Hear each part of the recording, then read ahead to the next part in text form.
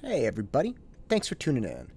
The next 10 minutes are inspired by an old guy and a young guy. I hope you enjoy it.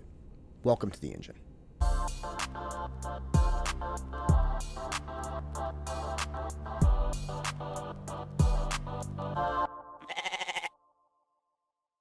Growing up, I never rode. I was a swimmer, I was a water polo player, I was a really bad wrestler in high school. But when I got to college, I started rowing. And the team I was going on to, the team at UC Berkeley, had just won the national championship 2 years in a row. They were undefeated. They were monsters. And I was going on to this team knowing that I obviously had a lot of catching up to do. Now, rowing's kind of a unique sport in that it is possible for people who have not rowed before but are very good athletes and willing to kill themselves to get up to speed and then become very successful. The movement is rudimentary at the beginning, but then becomes very nuanced. But if you have a cardiovascular base and really high pain tolerance, you can get good at rowing, which is great. But I knew I had my work cut out for me, and my coach, Jeff Bond, was an absolute maniac, and and he just beat the hell out of us. I mean, just ruthlessly. I think about the things that we went through, and and there were a lot of times when I really hated Jeff. And it's not because the workload was too significant. Yes, it was hard, but it was Jeff understood that the nature of getting through the situation was that you had to make very, very tough men. And so he took these 18-year-olds and just beat the hell out of us emotionally and physically in order to try to toughen us up. Now he was charged with a very difficult task: take these random group of kids, and we were not the best recruiting class, and make them one of the best in the country, which he did. But I really despised Jeff for that for a couple years, um, and I had him imagined in my head as this monster. And as I went through Cal and I became a junior and a senior, Jeff became a very, very close ally and friend. And and he became one of my best friends, and he would help me train, and he would encourage me and keep me on track. And it really did become evident that he cared about me, which was great. So much so that when I proposed to my wife when I was 24, 25, I asked Jeff to be one of my groomsmen. I mean, he was one of the biggest influences in my life. And as I had whatever limited success I did have in my early 20s and now, I very much attribute it to Jeff. It's like, look, without this situation, it seems like it would have been almost impossible for me to work this hard, because that was one of the keys to my success at tutoring. I just worked like crazy, and not worked like crazy like this robotic way, but really invested in my students.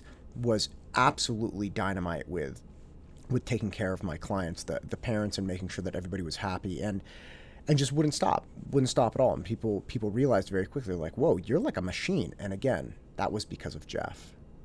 So although I very much despised Jeff when I was 18 and 19 and 20, he became this person that I very much cared for, when I was 21, 22, 23, 24. And although I remembered why I didn't like him initially, although I remember that, I didn't really feel that. I didn't really feel that because I had felt like he had done a good job making me tough. A couple years ago, I started thinking about the experience that I had with Jeff and becoming tough, and thinking about the success I had had that I had attributed to Jeff. And I started thinking about it a little differently, because I had started reflecting on the things that that had motivated me as a 17 and 18-year-old, just this kid who I thought was pretty sloppy and not very tough, had motivated and persuaded me to go on to the rowing team. Now, mind you, again, this was the best team in the country. I had never rowed before. I knew to even have a shot, it was going to be hellacious. And I did it anyway.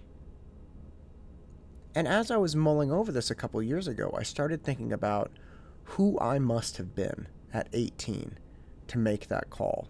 Like, what kind of guts I actually had. And this really caused me to reevaluate the credit that I had given Jeff. And it really made me upset. Because I had attributed my success in my 20s and professionally and becoming tough and doing the right thing. I had attributed that to the intensity with which Jeff coached us and all the things that made me dislike him. I was like, look, it all worked out because it worked. Whatever Jeff did made me super tough. It worked.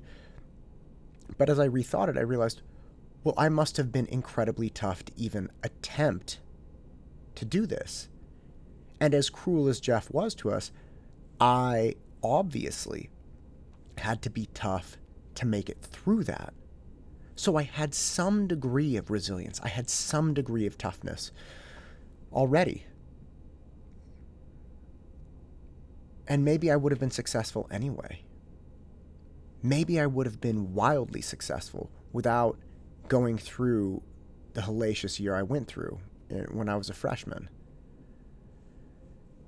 And I thought about that. I was like, gosh, darn it, man. And all of a sudden, I was back to kind of being pissed at Jeff. And I didn't tell him about it. I don't think he'll ever hear this podcast, but I was really bothered by it. And then I started thinking about him a little bit, and out of nowhere, he gave me a call recently. And we ended up talking for like an hour. And of course I didn't bring that up. You know, that's my burden, and I'm working through it. But talking to him flipped me around again to remember what an incredible resource and support this guy had been in my life. And he truly was. There's no denying that. And I got off the phone with him and I was like, God, that's why. That's why he became a great friend of mine. And as I've been thinking through all of these things, it's become so obvious that it's impossible. It's really impossible to pigeonhole somebody and all of the experiences you've had with them into a good or a bad position. Because Jeff, when he was coaching me, was a maniac. But Jeff himself wasn't a maniac outside of coaching. That was something he was doing, right? And then as Jeff became my great friend, he was a great friend. And I saw how supportive he was. But then I started thinking about maybe I could have become what I am today without having all these horrible memories, without feeling so terrible about myself and getting beaten down. And then I got upset again. But then it plays out that all of a sudden I talk to him, I'm like, oh, I forgot about this though. I forgot about what a great friend he is as well. And he didn't mean me harm. He wasn't trying to be cruel or anything. He was trying to make me as tough as he could. And how he knew how to make me tough. So all of these things are swimming around, and they're all true. My experience as an 18-year-old, that is valid. That's a truth. That's my truth. It was painful. It was terrible. My experience as a junior and senior when Jeff was helping me, that's also valid. That's also my truth. And attributing my success to Jeff and having him be one of my groomsmen, that's all my truth. And me being frustrated later in life saying, you know what? You didn't have to be that mean. Maybe I was tough enough as I was. Maybe I just needed a little help, but I didn't need to doubt like the value of me spiritually. That's also true. And it's so tempting to try to just boil people down to good and bad, and your relationships with them, good and bad. And it's so tempting, and it's so easy, and it's so damn wrong. It's so wrong. It's not fair. Because we're so much more complex than that. I understand that there are some people, probably in your life or other people's lives, that have done terrible things or are terrible people, and I'm not speaking about that situation. I'm speaking about the much more average relationship you have with perhaps a family member or a close friend, where you're close and then you're not close, and you like them and then you don't like them. And each time you go through this, you think that the way you're feeling in that moment is exactly what that person is. But more times than not, you'll come out of that. And you'll see the other side of it again, and you'll feel the other side of it again, and you'll realize, oh, I forgot. I forgot they're a good person too. So the next time you really have that inclination to cement your feelings on someone, to cement your feelings on your relationship with them, just take a step back and ask yourself, is it possible that there's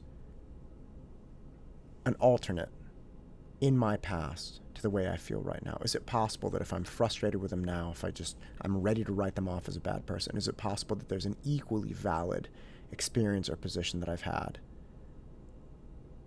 that's not that way? Because if you do that, I bet you'll figure it out. I bet you'll see something different. And that may save you from quite a bit of frustration and heartache. I'm Matt Todd, and this is the engine that drives me. Go out and crush it.